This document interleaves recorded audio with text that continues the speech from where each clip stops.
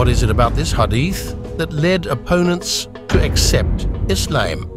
Opponents of Islam have always wanted to make the personality of the Prophet Muhammad controversial to cast doubt on the entire religion. But the wisdom of Allah is such that He makes even these situations a cause for people's guidance. When those seeking the truth are told that the person Muslims hold in the highest regard was, God forbid, insane or a liar, they immediately question whether over 1 billion people in the world could be so foolish as to devote themselves to such a person.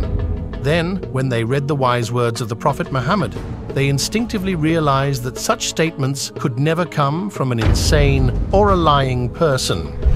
Paul Williams, who is now playing a significant role in advocating Islam on the internet, every aspect of Islam enlightened his heart. It was a specific hadith that convinced him that the Prophet Muhammad was not just a good person, but truly a prophet sent by Allah. That was this hadith. That on the day the Prophet's son Ibrahim passed away, there was a solar eclipse. People began to say that the solar eclipse was because of the death of Ibrahim. That the Prophet then said, "Indeed, the sun and the moon are two signs among the signs of Allah. They do not eclipse due to the death or life of anyone, so when you see them, pray."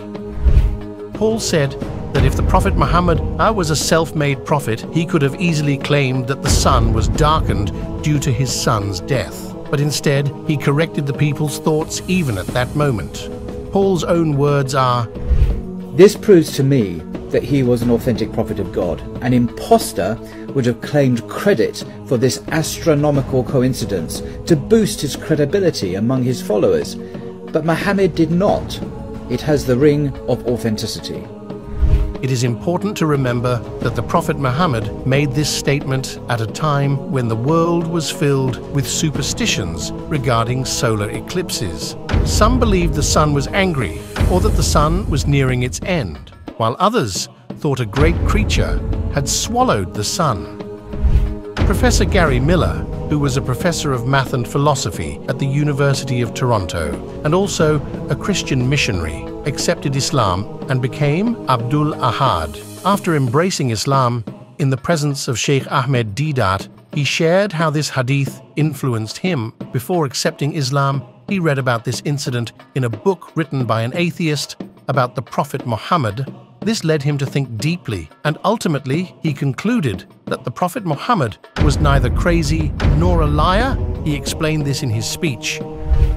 It occurred to me, see, if he was a crazy man, he'd probably believe what they said. He'd probably think, yes, it's a miracle. My child died, the sky is dark. Yes, it's a miracle. If he was a crazy man. If he was a liar, he would have taken advantage of it. He would have said, yes, right, my child died, the sky is dark, you tell everyone, it proves I'm a prophet. It's a miracle.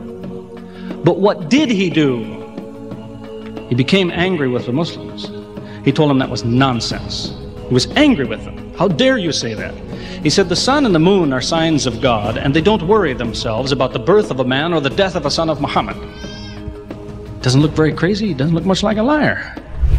This hadith, although about the solar eclipse, actually clears the eclipse from our hearts. Our hearts thirst for the truth. Read this hadith and ponder whether the eclipse on your heart is removed by the arrival of faith or not.